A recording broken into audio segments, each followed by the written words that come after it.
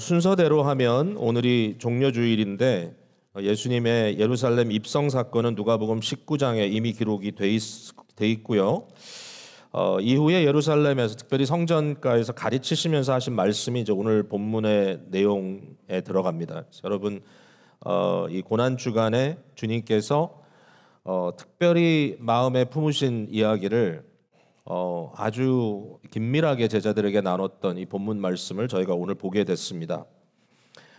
우리 예수님을 우리가 칭할 때 예수 그리스도라 이렇게 부르지 않습니까? 예수 그리스도. 예수라는 것은 이제 말 그대로 이름이고요. 그리스도라는 것은 이제 이름이 아니라 타이틀입니다. 근데 그리스도의 의미는 기름 부음을 받은 자다 이런 뜻입니다. 크리스토스, 기름 부음을 받은 자, anointed one 이런 뜻인데 이 기름 부음을 받았다는 말이 이제 구약 히브리어로는 이제 메시아라는 말로 이제 통하고요. 그래서 메시아 또 그리스도는 동일한 의미를 가진 히브리어와 헬라어가 되겠습니다. 근데 이 기름을 부었다라는 말을 생각할 때 특별히 구약부터 언급되어 있는 세 가지의 직분이 생각이 나죠. 하나님께서 이 세 가지의 직분자들을 세우실 때 그들에게 기름을 부으심으로 이것이 하나님께서 그들에게 주시는 특별한 사명임을 깨우쳐 주셨어요. 자, 첫 번째는 왕입니다. 왕. 왕에 대한 것은 우리가 너무 잘 알죠. 왕은 그 시대에 하나님께서 백성들을 목자로 이끌어가도록 맡겨주신 그러한 위정자들입니다. 그래서 왕들이 있고요. 우리 예수님이 왕이라는 말은 우리가 자주 들었습니다. 예수님 왕 중의 왕, 킹이라고 이렇게 얘기하시죠. 두 번째는 제사장입니다. 제사장. 제사장은 언약의 하나님과 백성 사이에 그 둘을 이어주는 굉장히 중요한 이 미디에이터 역할을 감당하는 분들이고요. 제사를 드리기도 하고 백성들을 위하여 중보하기도 하고 또 하나님의 뜻을 백성들에게 알리는 그러한 이제 어떤 이런 예배라고 하는 어떤 관계 속에서 또 선포자로 역사하기도 하고 그러니까 이 제사장의 역할은 굉장히 중요하죠.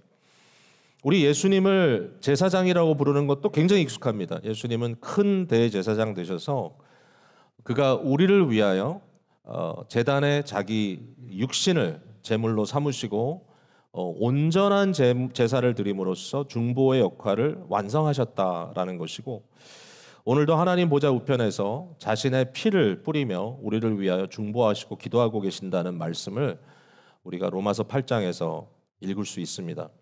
우리 예수님은 제사장이 되십니다. 근데 예수님이 선지자가 된다는 이 세 번째 오피스에 대한 것은 많이 들어본 적이 별로 없는 것 같지만 사실은 너무나 당연합니다. 자, 왕, 제사장, 세 번째는 선지자. 선지자는 어떨 때는 이 소위 권력의 중심부에서 떠나 이제 외부에 있는 사람들을 하나님께서 들어 쓰시기도 하기 때문에 이런 공적인 의미에서 기름을 붓고 하는 것이 항상 있었는지는 모르겠지만 그러나 선지자는 성령의 기름 부음을 체험하지 않고서는 선지자의 사역을 할 수가 없어요. 선지자는 자기가 발런티어에서 할 수 없어요. 왜냐하면 성령께서 하나님의 말씀을 그의 입에 집어넣어 주셔서 말하게 되어 있어요. 선지자는 말로 하기도 하고 어떨 때는 드라마처럼 연출하기도 하고 어떨 때는 그 인생 자체가 선지적인 하나님의 뜻을 드러내는 그러한 모습으로 사라지기도 합니다. 선지자는 말 그대로 하나님의 말씀을 전하는 자들이에요. 예수 그리스도가 진정한 선지자가 된다는 것을 우리가 생각해 볼 수 있는 것은 예수님은 말씀을 전하는 정도가 아니라 예수님은 말씀 그 자체다라고 요한복음이 말하고 있어요. 그러니까 최고의 선지자죠. 예수님은 선지자 중에 선지자, 말씀 그 자체, 필터되지 않은 하나님의 말씀이 그대로 드러나는 선지자다. 여러분, 선지자라는 말, 이게 히브리어로 나비 또는 나빔이라는 말이 그 자체에 우리가 갖고 있는 선지자라는 말의 의미가 담겨져 있는 것은 아니에요. 선지자란 말은 미리 아는 자, 선견자라고 부르기도 하죠. 미리 보는 자. 근데 나빔이란 말은 하나님의 말씀을 전달하는 자. 그러나 분명히 선지자의 역할 중에 하나가 뭐냐면 아직도 사람들이 전혀 알지 못하는 미래의 사건을 계시로 알려주는 것입니다. 그래서 이제 우리말로는 선지자, 선견자라는 말로 번역된 것이 틀리지 않다. 그러니까 이제 앞에 일어날 일을 알려주는 역할을 선지자가 하는데, 근데 굉장히 중요한 건 뭐냐면 선지자가 앞에 있는 일을 알려줄 때 이것은 마치 뭐 미신적인 무당들이 또는 뭐 점치는 자들이 우리가 단순히 호기심으로 우리 앞에 벌어질 일을 좀 미리 알았으면 좋겠다라는 그런 정도의 의미로 알려주는 게 아닙니다. 성경의 예언은 절대로 우리의 호기심을 자극하는 것이 아니라 성경의 예언은 두 가지의 의미가 있는데요. 언약의 말씀에 불순종한 자들을 향하여는 아주 무시무시한 경고의 예언이 나갑니다. 이런 심판이 너희들에게 있을 것이다. 이제 감사하게도 국률의 하나님이시기 때문에 심판의 메시지만 나가는 것이 아니라 하나님께서 그의 백성들을 회복시키시고 구원하실 것이다라고 하는 메시지도 예언적으로 나갑니다. 이렇게 너희들 구원하겠다. 그래서 굉장히 중요한 의미를 담고 있죠. 심판과 구원, 가장 핵심적인 내용을 예언자들이, 선지자들이 말하고 있다라는 것이죠. 자, 제가 오늘 이렇게 시작을 한 이유는 예수 그리스도가 오늘 본문 속에는 말 그대로 선지자적 사역을 하고 있다는 거예요. 미래에 일어날 일을 알려주고 있어요. 근데 예수님은 너무나 명확하게 말씀하시기를 천지는 없어지겠으나 내 말은 없어지지 아니하리라 이렇게 하시면서 절대로 오류가 있을 수 없는, 절대로 틀리지 않는, 정말 100% 애큐레시를 가지고 있는 완전한 선지적 사역을 주님께서 하신다고 오늘 우리에게 증거해 주시고 계십니다. 이 말씀 들어야 되겠죠. 우리가 듣고 깨달아야 될 텐데, 자, 그러면 예수님께서 오늘 이 본문 속에 무슨 말씀을 하시고자 하시는 것인가? 단순히 이미 말씀드린 대로 우리의 호기심을 자극하기 위한 그런 메시지가 아니라 여기에는 중요한 우리를 향한 목회적인 의미를 갖고 있어요. 우리를 인도하시고 우리를 구원해내시고, 특별히 이제 프라이머리, 가장 처음 어디언스는 제자들이었겠죠. 그 제자들을 향한 예수님의 이 품고자 하는 목자의 마음으로 그들에게 주신 말씀이라는 것을 우리가 생각해 볼 때 들어야 되겠고 잘 들어야 될 것 같습니다. 자, 예수님이 무슨 말씀을 하셨는지 한번 생각해 볼게요. 한 세 가지로 말씀을 드리려고 하는데, 첫 번째는 뭐냐면 예수님께서 이 예언적 말씀을 하실 때 제자들을 격려하고 위로하고자 하셨다라는 것입니다. 그 첫 번째 목적, 그 의미는 뭐냐면 제자들을 위로하고 제자들을 격려하고 제자들의 마음을 북돋아주기 위함이었다는 거예요. 이런 말씀을 들음으로써 저들이 두려워하고 근심에 빠지는 것이 아니라 무엇보다도 저들이 더 새 힘을 얻을 수 있도록 하기 위하여 이 말씀을 주셨다라는 얘기입니다. 우리가 다 읽지 않았지만 앞부분에 예수님께서 환난에 대한 이야기를 하실 때 제자들에게 이런 예고를 하십니다. 12절에 보니까 이 모든 일 전에 내 이름으로 말미암아 너희에게 손을 대며 박해하며 회당과 옥에 넘겨주며 임금들과 집권자들 앞에 끌려가겠다 이렇게 말씀하셨습니다. 자기 때문에, 예수님 때문에, 제자들은 예수님의 증인으로 세움받았기 때문에 예수님이 그의 모든 사역을 다 마치시고 부활 승천하신 이후에 제자들을 보면 예수님이 생각날 것이고, 제자들은 사도가 되어 부르심을 받고 파송받은 자들로서 예수님을 증거할 거기 때문에 예수님을 핍박했던 것처럼, 예수님을 십자가에 못 박았던 것처럼 생명의 주인이 되신 그분을 도리어 거부하고, 저들의 양심이 찔리지만 그러나 그 찔림을 거부하고 그 찔림을 자꾸 잠재우려고 하고 도리어 예수님을 이렇게 죽이려고 했던, 실제로 죽였던 그들에게 제자들은 굉장히 아픈 그러한 현실일 것입니다. 제자들이 예수님을 이야기할 때마다 너희가 죽인 그가 부활하셨고 그가 바로 그리스도가 되셨다라는 말을 할 때마다 저들은 마음에 찔림이 있고 마음에 불편함이 있지 않겠어요? 이러한 상황 속에서 너희가 분명히 내 이름으로, 나 때문에 핍박을 받을 거다. 너희가 핍박을 받을 때, 너희가 심지어는 권력자들 앞에 서서 추궁당할 때, 너희가 재판을 당할 때 우리 주님께서 두 가지로 위로를 하세요. 두 가지로. 첫 번째는 뭐냐면 무슨 말을 할지 너무 걱정하지 마라. 구약의 선지자들의 입에 하나님의 말씀이 집어넣어졌던 것처럼 사도들은 선지자다. 너희들은 하나님께서, 그의 성령께서 너희 마음에, 너희 입에 무슨 말을 해야 될 것을 주실 것이다. 너희들은 우리 그리스도 예수에 대한 온전한 증거를 완벽하게 감당할 것이다. 너희들은 성령의 사람으로 사역할 것이다. 얘기하셨어요. 이걸 이제 사도들에 대한 독특한 사역을 이제 의미하고 있기도 해요. 이것은 사도 시대에 하나님의 말씀이 완성되기 전에 그들에게 주었던 너무나 중요한 위로고 확신이죠.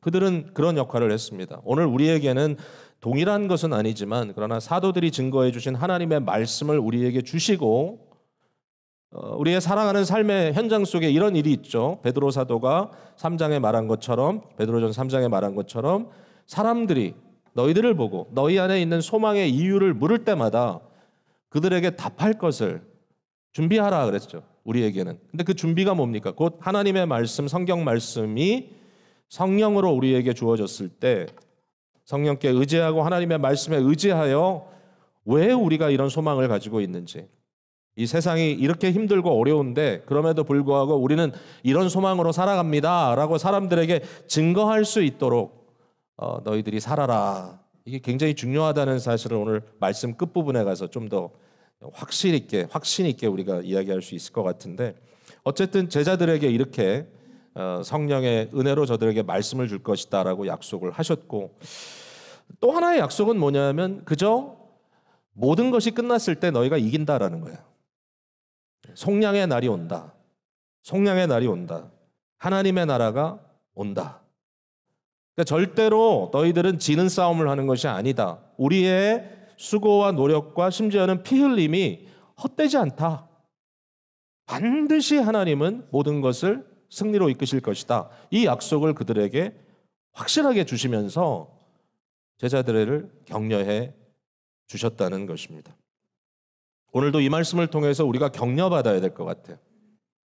뭔가 이렇게 마지막 때에 대한 이야기를 할 때 우리가 좀 도리어 마음속에 걱정이 있고 어떻게 살아야 되지 이런 고민이 있을 수 있지만, 그것보다 더 중요한 것은 이 시간에 우리 마음속에 주님께서 우리와 함께 하시고 결국은 마지막까지 우리에게 승리를 주실 거다라고 하는 확신, 위로, 주님의 격려가 저와 여러분의 마음속에 채워지기를 간절히 바랍니다.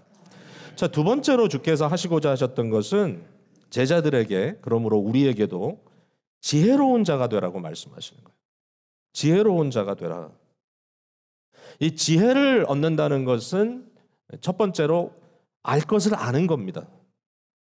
내가 이런 말을 하는 것은 너희가 알기 위함이다. 그리고 내가 말한 것들이 너희 눈앞에 펼쳐지거든 너희는 알라 그랬습니다. 알라. 그 말은 내가 말한 것인 줄로 인식하고 인정하라라는 얘기죠.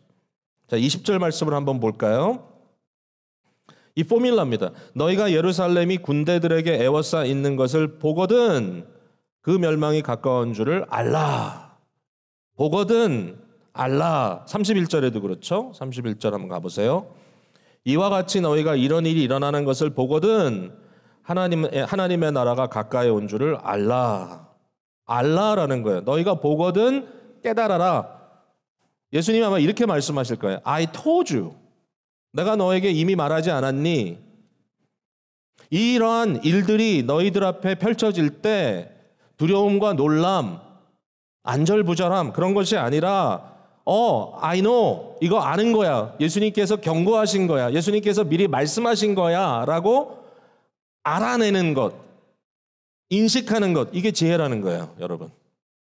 자, 이제 두 가지의 사건을 예수님께서 말씀하십니다. 첫 번째는 예루살렘의 함락 사건을 말씀하십니다. 구약에도 보면 예루살렘이 함락된 경우가 있지만 특별히 이제 마지막으로 예루살렘이 함락되었던 역사적 그 굉장히 중요한 사건이 AD 70년도에 이루어지거든요. 자, 예수님께서 한 40여 년 앞서서 이 예언을 하신 겁니다. 20절에 쭉 이후에 보면 예루살렘이 군대들에게 에워쌀 것이다.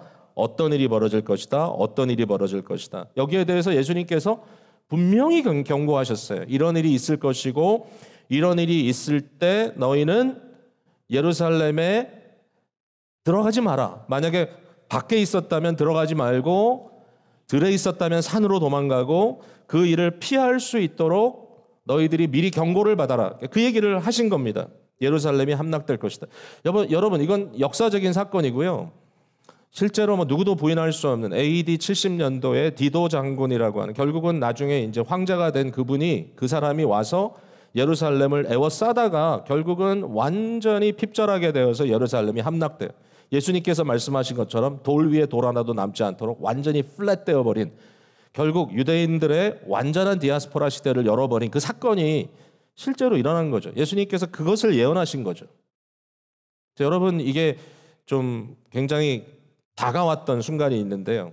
제가 뭐 여러 군데를 가보지 않았습니다. 제가 뭐 성지도 가본 적이 없고, 소위 말하는 팔레스타인도 가본 적이 없고, 이스라엘 가본 적도 없고, 뭐 터키나 뭐 그리스도 아직 못 가봤지만, 하나님 은혜 중에 제가 로마는 한번 가봤습니다. 로마에 갔더니 바로 이 성경에 기록되어 있는 사건이 거기에 눈앞에 증거로 딱 드러난 게 있더라고요. 그러니까 여러분, 그 소위 그 모든 것이 다 이렇게 루인으로 이렇게 다 망가져 있는 옛날 구 로마 그 장소를 가보시면 옆에 콜로세움이 있고, 콜로세움 옆에 개선문이 있습니다. 개선문, 아주 잘 세워진 이 개선문이 하나 있는데, 그 개선문에 보면 바로 디도 장군이 예루살렘을 함락시켰던 그 AD 70년의 사건이 거기 그대로 새겨져 있어요. 굉장히 역사적으로 중요한 사건으로, 그의 승리로 이렇게 새겨져 있는 것을 보게 되는 거예요.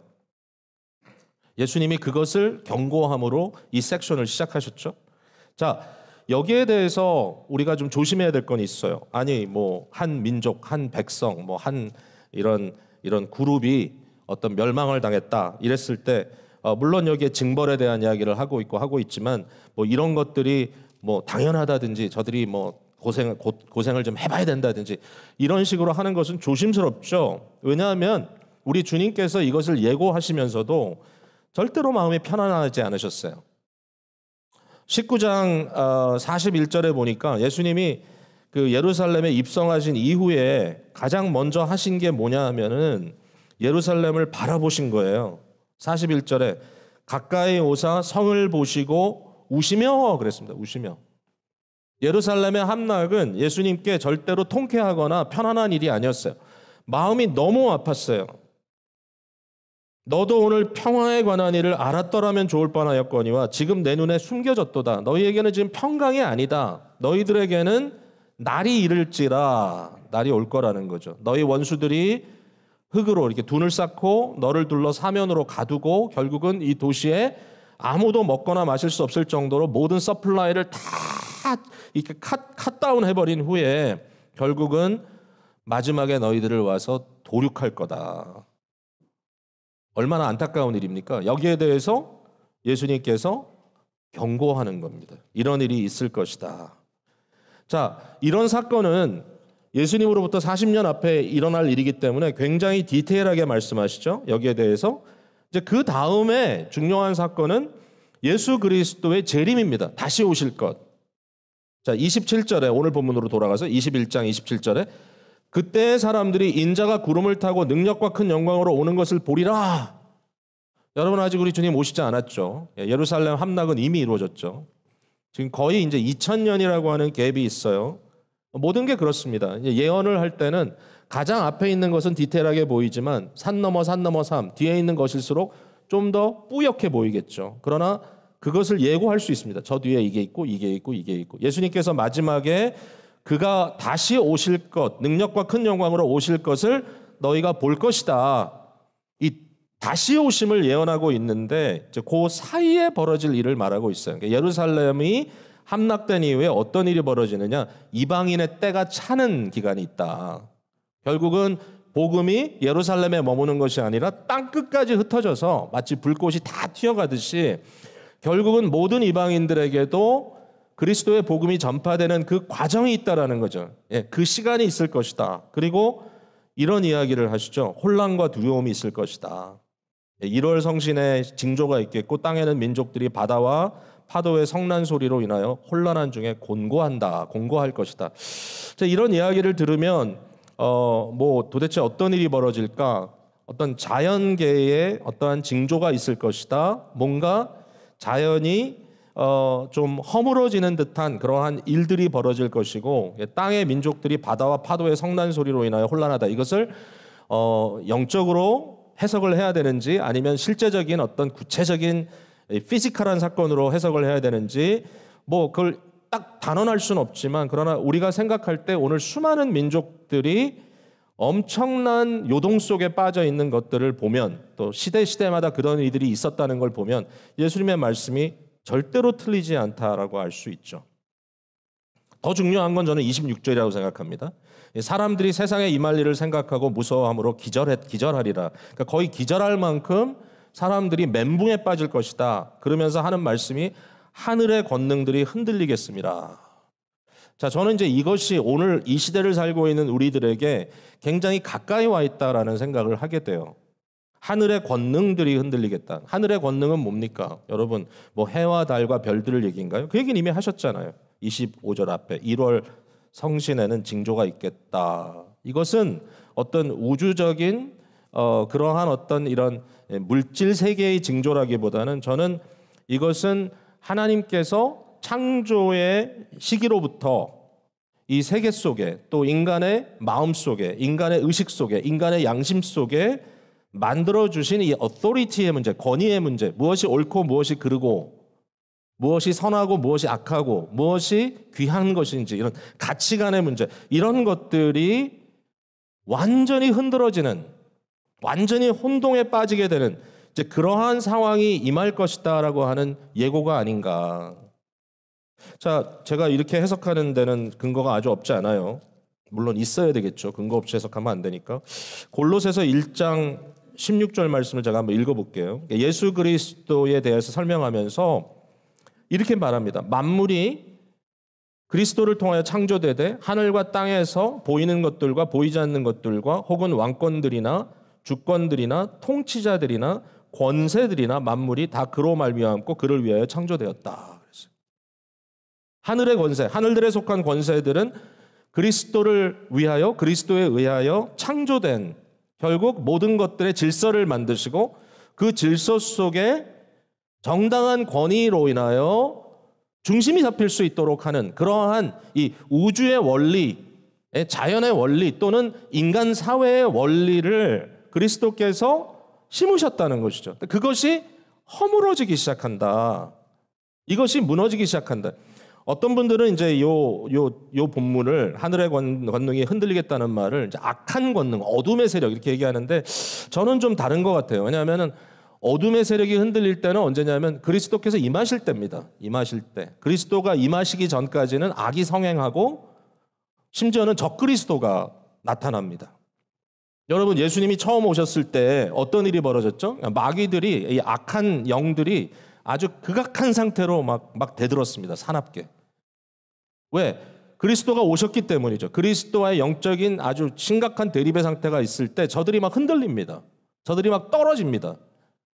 저는 그런 모습을 봤다고 생각해요. 오늘 시대는 왜 이런 게 이렇게 보이지 않을까? 왜냐하면 그때와 지금은 좀 다르다. 지금은 성령께서 모든 것을 좀 이렇게 잠잠케 하시고 도리어 복음이 땅끝까지 전해질 수 있도록 모든 것을 장악하고 있는 그런 시대인 것처럼 보인다면 예수님께서 처음 오셨던 그 시대는 마치 이곳저곳에서 마귀들이 막 악한 영들이 막 일어나는, 그래서 그들을 쫓아내고 하나님의 나라가 임한 것을 강하게 보여줘야 되는 시대였다면 예수님이 다시 오실 때 임박한 시대에 이제 그런 상황이 있을 수 있겠죠. 예수님께서 오실 때 특별히 오셔서 그들을 몰아내실 때 어둠의 세력이 무저갱에 빠질 때 이제 이런 일이 있을 수 있겠지만 그러나 지금 오늘 본문 속에서 26절에 하는 것은 이제 그런 의미라기보다는 어떤 하늘의 질서가 무너진다 이런 뜻일 것이다. 그렇게 봐요. 하늘의 질서가 무너진다. 여러분, 오늘날 시대가 어떻습니까? 뭐 인류의 역사를 보면 부분적으로 질서가 무너졌던 시대는 얼마든지 있습니다. 온갖 타락이 다 있고요. 그러나 하나님께서 만들어 놓으신 질서가 보편적으로 우주적으로 지구 전역에서 동시에 무시당하고 무너지는 시대, 보편적으로 선과 악의 구분이나 진리와 비진리의 구분이나 아름다움과 아름답지 않은 것에 대한 구분이 무시당하는 시대, 소위 상대주의 가치에 빠져서 서구 사회뿐만 아니라 모든 세상의 나라들이 심각한 고통 속에 빠지는 시대. 여러분, 뭐 심지어는 뭐 성윤리나 이런 거에 대해서도요, 이제 과거에 다 있었죠.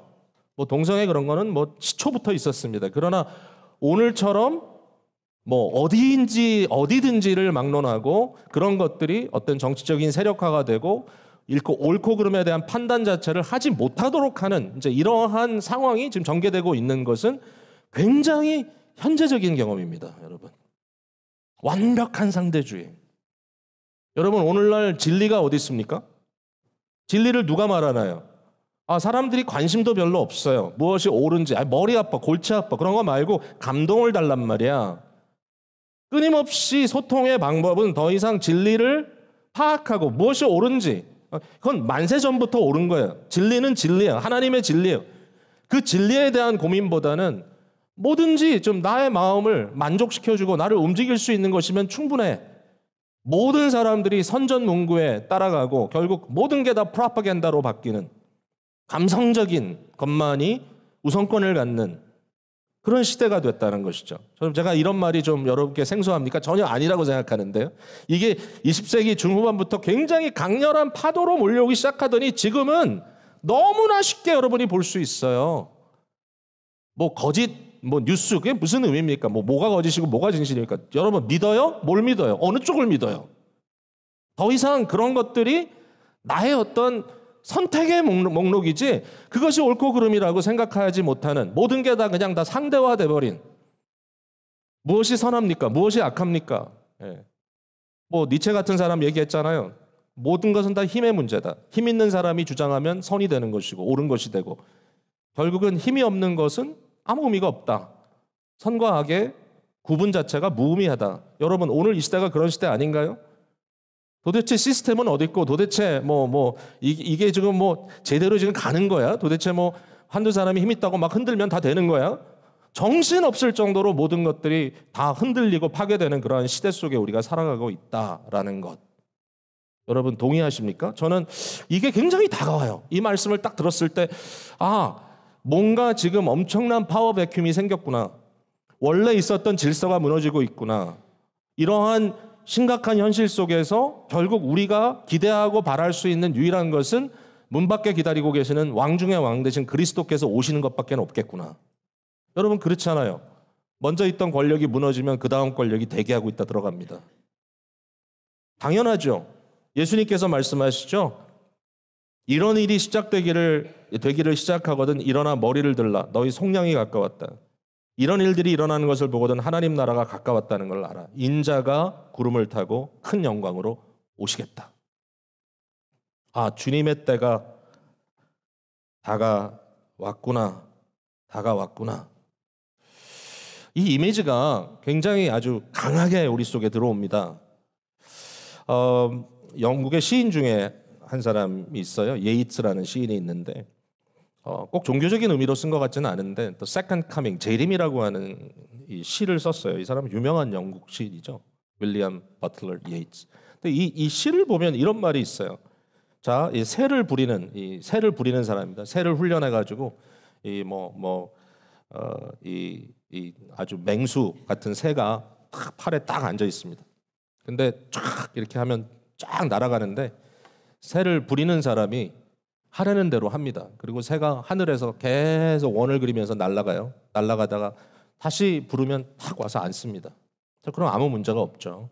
아무 문제가 없는데 이 시가 어떻게 시작이 되냐면은 빙빙빙빙 도는데 문제가 뭐냐면 이 빙빙 도는 원이 점점 커지다가 나중에는 새를 부리는 사람의 목소리를 들을 수가 없다. 그게 이미지예요.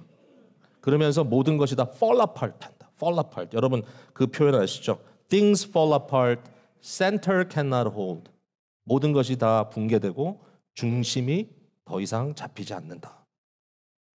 그러면서 결국 세상은 모든 것이 다 파괴적인 현상밖에는 남지 않는다. 이렇게 이제 예언적인 시를 썼단 말이에요. 이게 굉장히 오래된 시인데 딱 느낌이 와요. 모든 게 다 fall apart.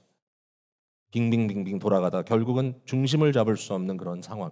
여러분 그런 두려움이 우리에게 좀 와 있지 않나요? 패턴이 없어요. 도대체 어떻게 감을 잡아야 될지 모르겠어요. 어떻게 가는 거야 이거? 이러다가 어떻게 되는 거지? 여러분 이때 우리 주님께서 이렇게 얘기하실 것 같아요. 내가 미리 말하지 않았니? 그런 때가 온다고? I told you. 나 미리 말했잖아. 그러니까 알아라. 내가 문 밖에 서 있다. 자, 생각하라 그랬어요. 지혜가 필요하죠. 생각하라. 일어나 머리를 들라는 말이 나오죠. 지혜롭게 생각하고 명쾌하게 판단해라. Pay attention. 여기에 대해서 집중해라. 그러면서 이제 예를 들어주셨습니다. 무화과 나무 예를 드셨는데 무화과 나무만이 아니라 모든 나무를 보라 그랬어요. 그러니까 무화과 나무는 유대인들을 상징하는 경우가 많은데 그게 거기에 국한되어 있지가 않아요. 여기 보면 분명히 무화과 나무와 모든 나무를 보라. 모든 나무. 모든 이방인들에게 모든 사람에게 다 이해할 수 있는 자연세계 속에 일어나는 현상을 말합니다. 싹이 나면 너희가 보고 여름이 가까운 줄을 자연히 알지 않느냐. 여러분 우리가 뭘 봐야 되죠? 지금이 너무 좋은 시기예요. 이걸 이해하는데 지금 봄이잖아요. 봄이 되면 어떡합니까? 여러분 턴파이크에 차를 타고 쭉 가면요. 양쪽에 이렇게 나무들이 쫙 깔려있는 그런 지역이 있잖아요. 뭐 여기 너무 많아요. 가다 보면. 근데 정말 계절마다 색깔이 바뀌어요. 처음에는 이제 겨울이 끝날 때쯤 돼도 여전히 삭막해요. 정말 가지들 아주 브라운 색깔밖에 안 보이다가 어느 순간부터 연두색이 쫙 깔리기 시작합니다. 너무 이쁘죠? 좀만 더 지나면 그 연두색이 깔리다가 그 다음에 점점점 녹색으로 바뀌고 한여름이 되면 아주 진한 녹음이 들어옵니다. 그리고 나서 가을이 되면 또 색깔이 바뀌죠. 자, 지금은 싹이 나는 때입니다. 나무 가지마다 음이 트고 어떤 경우는 이제 뭐 잎사귀가 난 것도 있고 꽃도 피고 꽃도 떨어지겠죠. 자, 이런 모습을 보았을 때 우리가 어떻게 해야 되느냐? 아, 여름이 오는구나. 여러분, 그냥 한탄만 할 게 아니에요. 세상이 왜 이러지? 왜 이런 문제가 있지? 예수님께서 말씀하십니다. I told you. 예고했잖아. 이러한 심각한 상황이 자꾸만 느껴질 때, 뭔가 섬찟할 때, 뭔가 등골이가 좀 시려질 때, 이상한데? 이러다가 어떻게 되는 거지? 우리 아이들이 학교 가서 뭘 배우는 거지? 이러한 상황 속에서 그냥 멍하게 있지 말고 이 순간에 생각하라. 여름이 온다. 주님께서 예비하신 하나님의 그 역사의 중요한 한 장이 넘어가는 순간이 우리 앞에 닥칠 것이다. 그게 너희들에게 갑자기 닥치지 않도록 깨어 있어라. 이게 이제 세 번째입니다. 자, 이제 앞서 갔습니다, 벌써. 첫 번째는 우리들의 위로와 우리들의 격려를 위해서. 두 번째는 우리에게 지혜로운 자라고 얘기하시고, 세 번째 이제 마지막이죠. 예수님은 우리의 마음이 둔해지지 않도록 기도하라고 말씀하십니다. 절대로 마음이 좀 둔해지지 말아라. 여러분 마음이 둔해지신 거 아닙니까? 저도요. 둔해져 자꾸만. 근데 여기 보니까 그렇게 써 있어요. 34절에 너희는 스스로 조심하라. 그렇지 않으면 방탕함과 술 취함과 생활의 염려로 마음이 둔하여지고 뜻밖의 그 달이 덕과 같이 너에게 이 말이라. 마음이 둔하여지는 것, 마음이 멍해지는 거죠. 마음이 멍해지는 거죠. 제가 지난 주만 해도 좀 이제 시간차 극복이 잘 안 되니까 그냥 멍했어요, 머리가. 어떻게 그 시간이 지났는지 기억도 잘 안 나요. 근데 여러분 멍할 때 어떤 현상이 벌어지죠? 마치 눈앞에 한 꺼풀이 씌운 것처럼 모든 게 뿌예 보입니다. 시야가 흐려지고요. 그 다음에 머릿속에 실제로 소리가 들려요. 무슨 소리가 들죠? 하는 소리가 들립니다. 멍해집니다. 뭔가 이렇게 내가 지금 현장 속에 현실 속에 있는 것 같지 않고 뭐가 이렇게 더 쉬운 것 같은 느낌이에요. 그렇게 된다. 영적으로 너희가 이 감수성, 이 감성을 너희가 상실한다. 이 지혜를 상실한다. 어떤 일이 그렇게 만들까요? 여기 보니까 첫 번째는 방탕함이라고 했어요. 방탕함의 의미는 뭐냐면요. 이거예요. 잘 들어보세요. 방탕함은 뭐냐? 성경에 거의 항상 이렇게 쓰여져. 무의미한 일을 계속 반복하는 걸 방탕이라고 해요. 자, 다시 말씀드립니다. 무의미하는 걸 계속 반복하는 거. 여러분의 삶 속에 한번 생각해 보세요. 내가 멍해지도록 반복하고 있는 거. 근데 무의미해. 그게 나한테 아무런 도움이 안 돼. 어떨 때는 막 몸이 지치고 피곤하고 이럴 때는요. 제가 아무것도 하기 싫잖아요. 저는 뭐 TV 보는 거 좋아해요. 사실은. 솔직한 고백에. 그래서 잘못하면은 이 재밌는 드라마 한번 걸리면 월요일 같은 날은 앉아가지고 몇 시간이 지나도 그거 볼 수 있어. 제가 그런 능력이 있는 사람이에요, 제가. 멍해져요, 시간이 지나면. 나중에는요, 재미 하나도 없어요. 근데 보고 있어요. 왜? 그냥 그러고 있어요. 딴 생각하고 싶지 않으니까.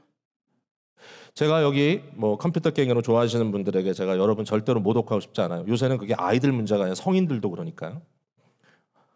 우리 청소년들 아이들 뭐 게임 열심히 합니다. 게임 열심히 해가지고 나중에 게이머가 돼가지고 큰 돈 벌지 모르니까 너무 질책하지 마세요. 근데 그냥 앉아가지고 게임만 하잖아요. 계속. 그러면 도대체 왜? 이게 무슨 의미가 있는데 상관없어요. 왜? 딴 거 생각하고 싶지 않아. 멍해지죠. 죄를 짓다 보면 그렇습니다. 예, 그게 어떤 범죄이든지 간에 똑같은 일을 반복해서 하고 하면 나중에 결국 넘해집니다. 모든 게 다 멍해집니다. 또 하나는 뭐냐면은 술 취함이라 했어요. 술 취함은 뭐냐면 말 그대로 이제 뭔가에 이 중독되는 겁니다. 술에 취했을 때 느낌은 뭐죠? 약간 반 잠든 것 같은데 잠은 아직 안 든 것 같은, 좀 말 그대로 또 한 번 멍한 사건이죠. 여러분 술에만 취하나요? 돈에도 취할 수 있고요. 스톡 마켓에 취할 수 있어요. 제가 테스트를 한번 할게요. 예배 중에 여러분이 스마트폰을 열어가지고 예배 요 1시간 드리는 동안에도 참지 못하고 스톡 마켓이 올라갔나 내려갔나 보고 있잖아요. 그것도 한두 번 중독된 겁니다. 네. 여러분 무언가에 중독되어서 더 이상 내가 그것을 지배하는 것이 아니라 그것에 지배당하는 경우에 우리는 멍해집니다. 멍청이가 되죠. 바보가 되죠. 그 다음에 또 하나 중요한 게 뭐냐면은 세상의 염려로, 그래서 세상의 염려, 삶에 대한 염려. 제가 지난주에 특별히 어제 토요일에 아침에 우리 교회 이제 EM에 좀 이제 뭐 아주 젊은 분들은 아니고 중년 정도 되는 분들의 이제 스몰 그룹을 제가 인도하는 게 하나 있어요. 그래서 이제 쉐어링을 하는데 이제 깨달았어요. 지금이 얼마나 불안한 시간인지. 뭐 정말 똑똑하게 이루 말할 수 없고 정말 최고의 경지에 올라가서 제일 좋은 학교에서 정말 최고의 리서처로서 지금 일을 하고 있는데 어제 무슨 얘기를 하냐면은 정부에서 그랜트가 끊겨서 예산이 바뀌어서 지금 많은 프로그램들이 삭제되고 있다. 심지어는 명문학교에 올해 가을에는 대학원생을 하나도 안 받기로 했다. 지금 난리가 났어, 난리가.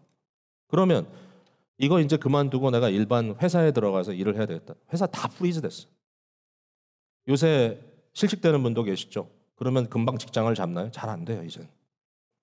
나 아주 자신만만하게 직장 바꿀래 하고 이렇게 찾던 사람들이 지난 한 4, 5개월 찾다가 지금은 더군다나 다 포기했어요. 지금이라도 지켜야 되겠다.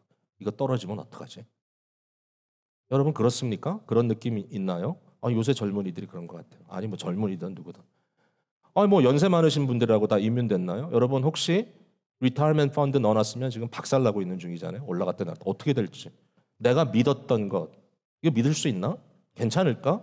지켜질까? 아니 심지어는 미국이란 국가가 부도날 수 있을까? 아니 지금 펀드가 흔들리고 국가의 신뢰도가 떨어지고 아니 미국뿐만 아니라 전 세계가 망하는 거 아니야? 이러한 불안감들이 막 찾아와요. 지금 막 그래요. 지금 보니까 갈피를 못 잡아. 어떻게 될지 모르겠어. 내가 개런티 된 게 있나? 여러분 제가 비즈니스 오래 하시던 소비즈니스 하시던 분들이 참 힘들었겠다. 요새 직장인들은 좀 편하겠다. 아니더라고요. 그게 직장인들은 언제 직장을 잃을지 몰라서 불안해요. 이게 쉽지가 않구나. 어린아이들을 키우는 우리 소위 이세권들은요 더 예민해요. 우리 1세들은 우리 자녀들 그냥 공부 잘 시키기 위해서 백인들 많이 사는 학군 좋은 데 가서 들어가면 애들이 공부 잘할 거야.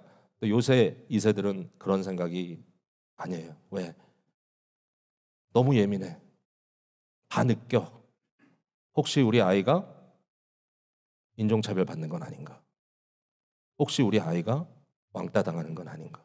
너무 두려워해. 그런 심텀이 느껴질 때마다. 선생님을 만났는데 이상해.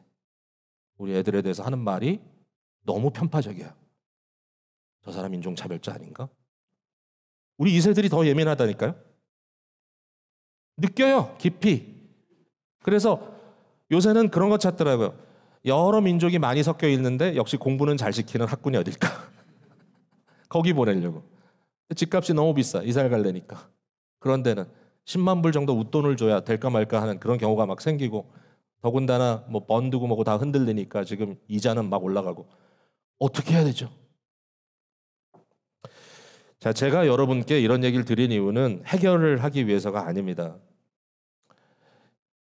이러한 상황이 왔을 때 중요한 건 뭐냐면 우리의 마음이 우둔해지는 거라는 거예요. 거기에 빠져서 더 이상 아무 생각 없이 끌려가고 있는 이 불안과 떨림 속에 완전히 함몰돼 버린 우리의 마음, 이러한 상황에 대해서 뭐라고 얘기할 것인가?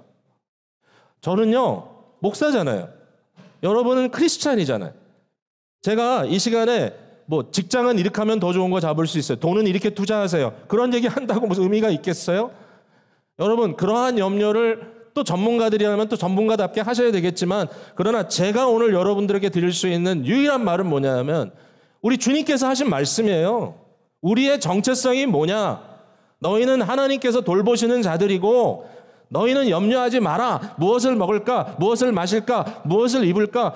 염려하지 마라. 적어도 너희의 마음을 거기에 다 뺏기지 마라. 왜냐하면 이 모든 것은 너희 아버지가 아시느니라 그랬어요. 하나님이 아신대요. 예수님 말씀하셨잖아요. I told you. 세상이 막 지금 믿을 게 하나도 없습니다. 내가 살고 있는 미국도 못 믿겠습니다, 이제는. I told you. 그게 뭐가 이상해?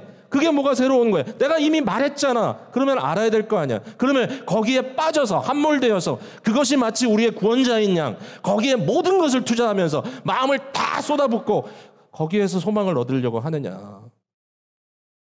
먼저 그의 나라와 그의 의를 구하라. 그밖에 할 게 없어요, 지금은 제가. 근데 그게 진리예요, 우리에게는. 지금 예수님이 오십니다. 주께서 오셔요. 여러분, 이 세상 모든 사람들이 똑같은 근심을 하고 있거든요. 여기 보면 모든 사람들에게 임할 거라 그랬어요. 모든 사람들에게. 바울 사도가 로마로 이렇게 호송되어 가던 그 배를 타고 가다가 거대한 폭풍을 만나요, 지중해에서. 다 죽게 됐어요. 바울이 무슨 배를 움직이는 사람입니까? 그가 무슨 선주입니까? 뭘 계산할 줄 압니까? 아무것도 몰라요. 근데 폭풍이 반복되는 가운데 며칠 동안 먹지도 못하고 있는 거 다 토하고 완전히 배가 이제 더 이상 살 수 있는 소망을 놓치고 몇백 명이 타고 있는 배잖아요. 바울은 유일한 한 사람일 뿐이에요, 거기에. 그런데 갑자기 주님께서 나타나셔서 바울에게 하는 말이 두려워하지 말라. 너는 반드시 로마에 갈 것이다. 그리고 내가 이 안에 있는 모든 사람들을 너의 손에 붙이겠다. 그러니까 바울이 뭐라 그래요? 자, 내가 딴 건 모르겠지만 하나님이 말씀하시기를, 내가 섬기는 하나님 말씀하시기를 우리 다 산댄다. 믿어라. 그리고 떡을 떼어 먹게 하죠. 먹어야 살 거 아니야? 아니 네가 뭘 알아? 네가 이런 폭풍을 얼마나 겪어봤어? 물론 많이 겪어봤지만 배를 몬 사람은 아니잖아요. 그렇게 할 여지가 없어요.